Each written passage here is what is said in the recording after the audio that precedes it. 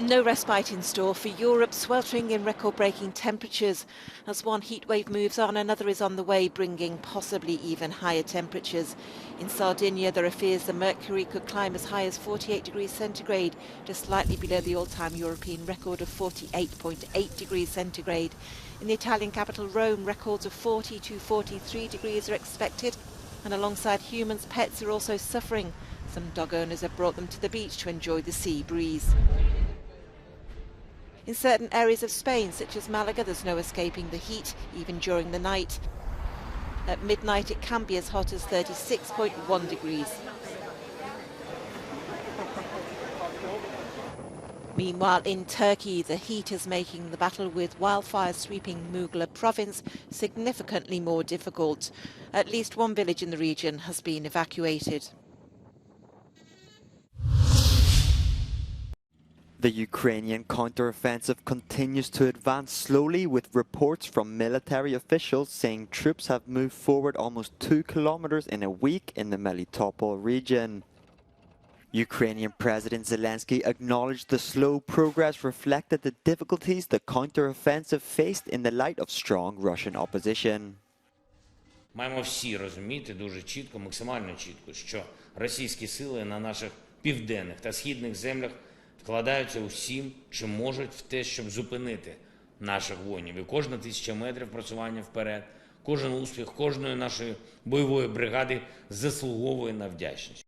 Meanwhile, Belarusian state TV has published a video of Wagner Group mercenaries allegedly training Belarusian soldiers. The US says that Wagner members are not fighting in Ukraine anymore as a whole group, although many mercenaries have stayed in the country.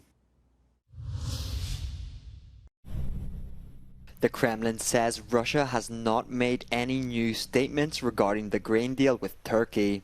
Earlier, Turkish President Recep Tayyip Erdogan said that there was a mutual understanding between him and Russian President Vladimir Putin about the prolongation of the grain deal.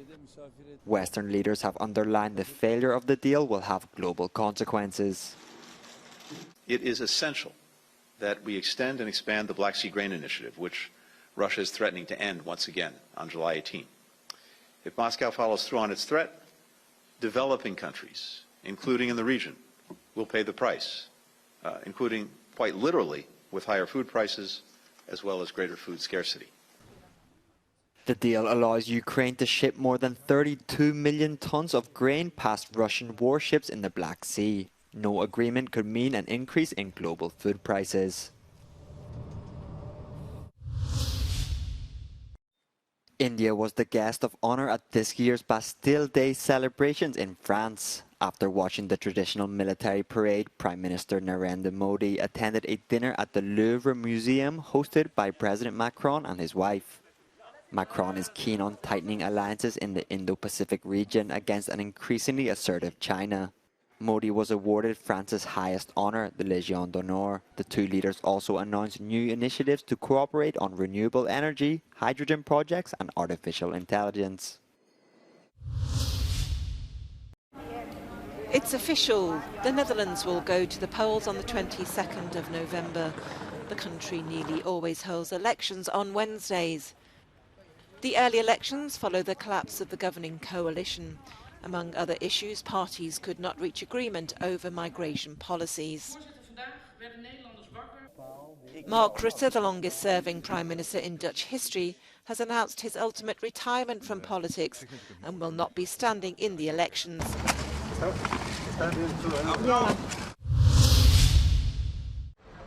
Some 500 people have been evacuated from the Spanish island of La Palma as a wildfire burned through 140 hectares of land.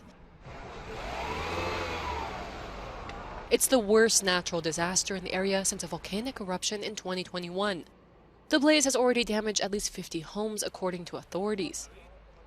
Another 500 people could also be forced to evacuate in the coming hours as the fire advances. Some 150 firefighters have been deployed to help local crews battle the blaze.